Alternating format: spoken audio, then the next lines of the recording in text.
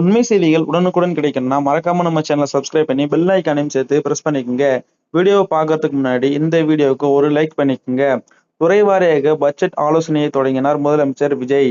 தமிழகத்தில் தாவேக ஆட்சி பொறுப்பேற்ற பிறகு தாக்கல் செய்யப்பட உள்ள தங்களது முதல் முழுமையான நிதிநிலை அறிக்கைக்கான துறை வாரியான உயர்நிலை ஆலோசனை கூட்டங்கள் முதலமைச்சர் விஜய் இன்று தொடங்கி வைத்து உள்ளார். தலைமை செயலகத்தில் இன்று தொடங்கியுள்ள இந்த விரிவான பட்ஜெட் ஆயத்த கூட்டங்கள் வரும் ஜூலை 22ஆம் தேதி வரை சுமார் 20 நாட்களுக்கு தொடர்ச்சியாக நடைபெற உள்ளன. இந்த உயர்நிலை கூட்டங்களில் ஒவ்வொரு துறை சார்ந்த அமைச்சர்கள், துறை வாரியான அரசு முதன்மை செயலாளர்கள் மற்றும் நிதித்துறையின் உயர்மட்ட அதிகாரிகள் தனித்தனியாக பங்கேற்கின்றனர்.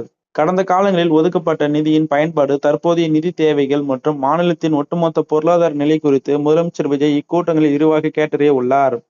முதலமைச்சராக விஜய் பொறுப்பேற்ற பின்னர் தயாரிக்கப்படும் இந்த முதல் பட்ஜெட் தாவேகாவின் தேர்தல் வாக்குறுதிகள் மற்றும் கொள்கை பிரகடனங்கள் உள்ளடக்கியதாக இருக்கும் என தெரிகிறது.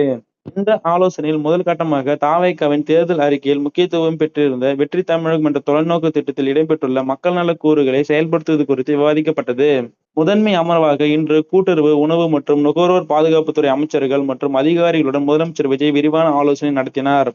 இதில் குடும்ப அட்டைதாரர்களுக்கான புதிய சலுகைகள், ரேஷன் விநியோக கட்டமைப்பு மற்றும் பொதுமக்களுக்கான அத்தியாவசிய பொருட்களின் தடையற்ற இருப்பு குறித்து முக்கிய முடிவுகள் எடுக்கப்பட்டதாக தெரிகிறது.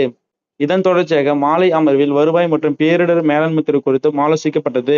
இந்த ஆலோசனைகள் அனைத்தும் ஜூன் 22க்குள் நிறைவடைந்தவுடன் பட்ஜெட் அறிக்கை இறுதி செய்யப்படும். இதனைத் தொடர்ந்து ஜூலை இறுதி வாரத்திலோ அல்லது ஆகஸ்ட் மாதத்தின் முதல் வாரத்திலோ தமிழக சட்டமன்ற பேரவை கூட்டப்பட்டு தாவேக அரசின் 2026-27 நிதியாண்டிற்கான புதிய நிதிநிலை அறிக்கை தாக்கல் செய்யப்படும் என தலைமை செயலக வட்டாரங்கள் தெரிவிக்கின்றன.